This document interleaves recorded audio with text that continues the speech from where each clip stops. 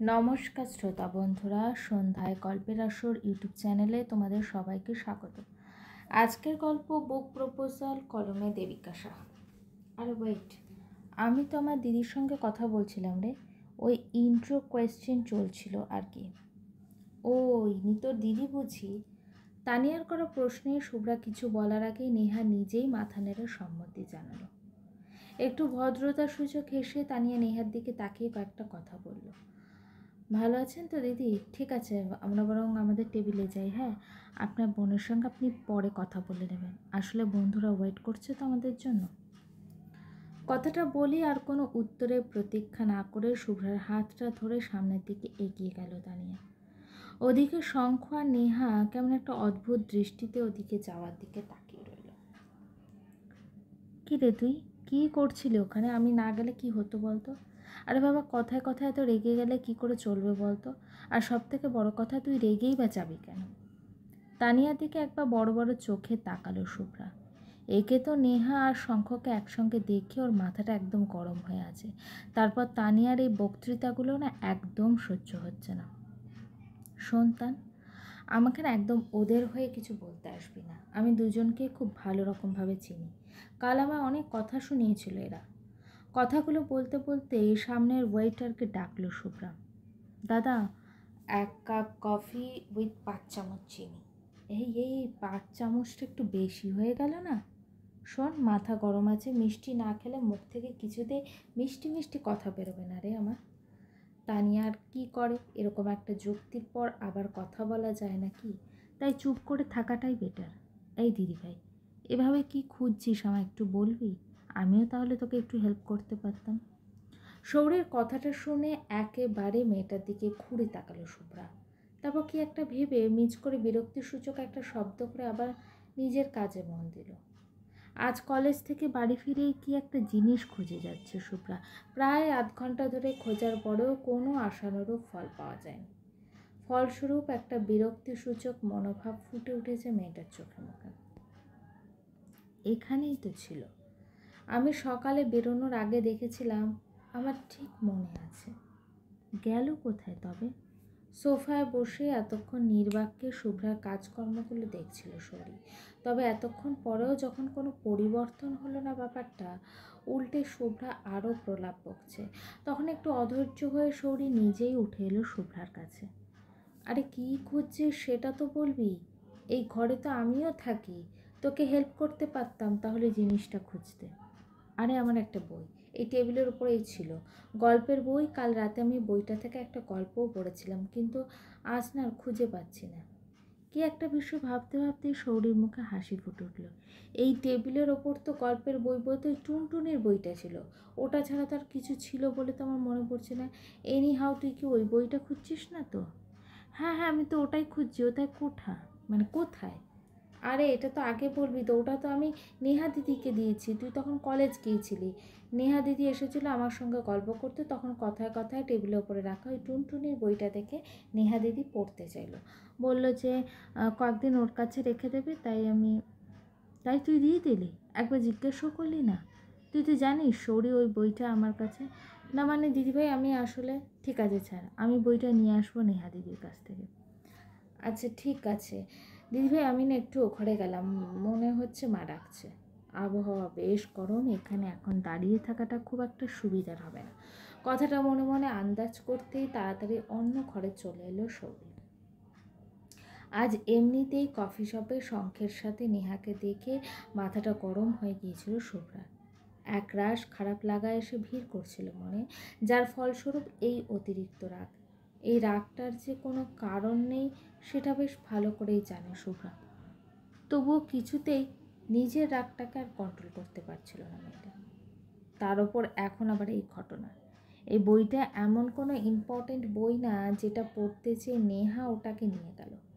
সেই বাচ্চাদের একটা গল্পের বই, যেটা শুভ্রার কাছে খুব দামি, কিন্তু নেহা দিদি ওই বইটা নিয়ে কী করবে? মনটা না চাইতেই আবার কেমন খারাপ হয়ে গেল শুভ্রার। নেহা দিদি, তুমি সেই ছোটোবেলা থেকে আমার সব পছন্দের জিনিসের ওপর ভাগ বসাতে চাও। সব মেনে নেবো নেহা দিদি, কিন্তু এটা মেনে নিতে পারছি না। সায়ন দাদার স্মৃতি বলতে আমার কাছে এইটুকু, আর এই স্মৃতিটুকুকে আঁকড়ে ধরে আমার মনের মাঝে বাঁচিয়ে রেখেছে আমার ছোটোবেলার বন্ধুটিকে। এই স্মৃতিটুকু দখল করতে কিছুতেই দেব না আমি, কিছুতেই না। রাতের আকাশে তারাদের মেলা, কিন্তু এই স্নিগ্ধ পরিবেশটা বরাবরই বেশি কাছের শঙ্খর কাছে। ডিনার কমপ্লিট করার পর এই আধ ঘন্টা সময় শুধু নিজের জন্য, নিজের কাছে নিজের যত হিসেব নিকেশ সব তোলা থাকে এই সময়টার জন্য। অভ্যাসবশত আজকেও এসে হাজির হয়েছে নিজের প্রিয় ব্যালকনিতে। আজ সকালবেলা হঠাৎ করেই নেহার ফোন এসেছিল। তখনই জানায় যে সে নাকি আজ দেখা করতে চায় শঙ্খর সাথে। সত্যি বলতে ওর এই রিকোয়েস্টটা না ফেলতে পারেনি শঙ্খ। আর একসাথে পড়াশোনা করার দৌলতে অনেক দিনের বন্ধুত্ব ওদের। তারপর কর্মসূত্রে যে যার নিজের জায়গায়, স্বভাবতই অনেকদিন দেখা হয়নি দুজনের। তাই যখন আজ সকালে নেহা ফোন করে দেখা করার জন্য রিকোয়েস্টটা করেছিল, তখন আর না করতে পারেনি শঙ্খ। সেই কোন ছোটোবেলা থেকে ওদের বন্ধুত্ব, তখনকার ব্যাপার অবশ্য অন্য। ছোটোবেলার কথা মনে আসতেই আরও একটা মুখ চোখের সামনে ভেসে উঠল। একটা স্নিগ্ধ হাসি, সেই টানা টানা দুটো চোখ, আর সেই অভিমান গাল দুটো ফুলিয়ে রাখা। কতগুলো ভাবতে ভাবতেই ঠোঁটের কোনো একটা হাসির পরশ খেলে গেল। আজও অবশ্য এইরকমই আছে মেয়েটা।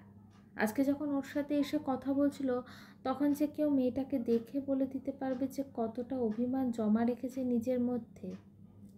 আচ্ছা শুভ্রা, তুই এমন কেন বলতো? নিজেই সবসময় রাগ করবি, নিজেই অভিমান করবি, আর আমাকেই বারবার অভিমান ভাঙাতে যেতে হবে। তুই কেন বুঝিস না যে আমার অভিমান হয়?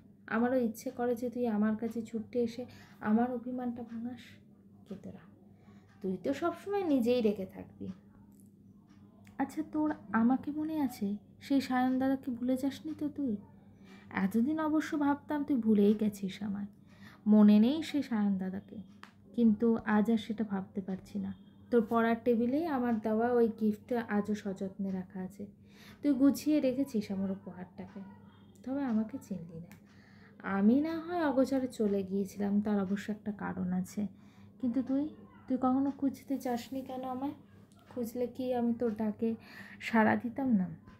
ঠিক আছে, আমি তো তোর সামনেই থাকবো, শঙ্খ হিসেবেই থাকবো। আমি নিজে কখনো তোর কাছে সরাসরি ধরা দেব না। দেখি আমাদের বন্ধুত্বের কতটা জোর, তুই নিজে থেকে চিনতে পারিস কি না আমায়। তবে হ্যাঁ, ম্যাডামের যা রূপ দেখেছিলাম তাতে এখনও মাথাটা ঠান্ডা হয়েছে কি না বলা যাচ্ছে না। ফোন করতে হবে একটা। আপাতত এই মানভঞ্জনের পর্বটা আমাকেই শুরু করতে হবে।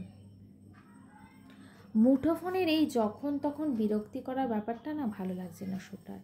কি সুন্দর রবীন্দ্রনাথ ঠাকুরের গল্পের বইটা নিয়ে জানলার পাশের সোফাটাতে হেলান দিয়ে বসেছিল মেয়েটা।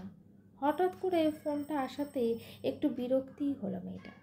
তার ওপর ফোনটা যে করেছে তার নামটা দেখে রাগটা আর একটু বেশি মাত্রায় এসে জড়ো হলো।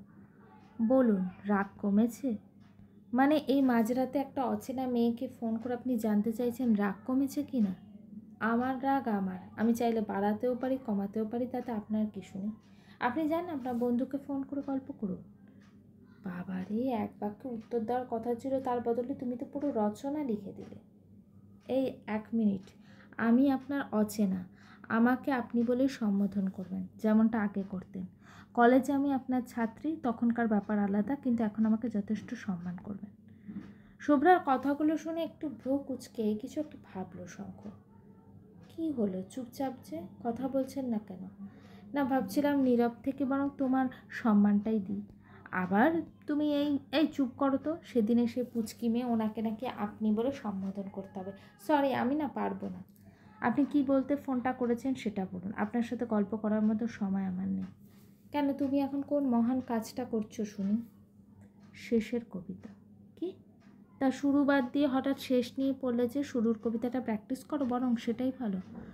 অদ্ভুত, পিকুলিয়ার। আরে এটা রবীন্দ্রনাথ ঠাকুরের শেষের কবিতা। আপনি তো দেখছি নামেই এত পণ্ডিত মশাই যে রবীন্দ্রনাথ ঠাকুরের শেষের কবিতা জানে না, তাকে আর কিচ্ছু বলে নেই। মানে সত্যি এটা অবিশ্বাস্য।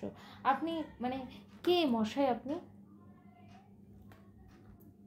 শুভ্রা কথার পরিপ্রেক্ষিতে খানিকক্ষণ নিস্তব্ধতা। কিছুক্ষণ সময়ে তফাতেই ফোনের অপর প্রান্ত থেকে ভেসে এলো একটা কিছু সুর, কয়েকটা শব্দ আর কয়েকটা উপলব্ধি।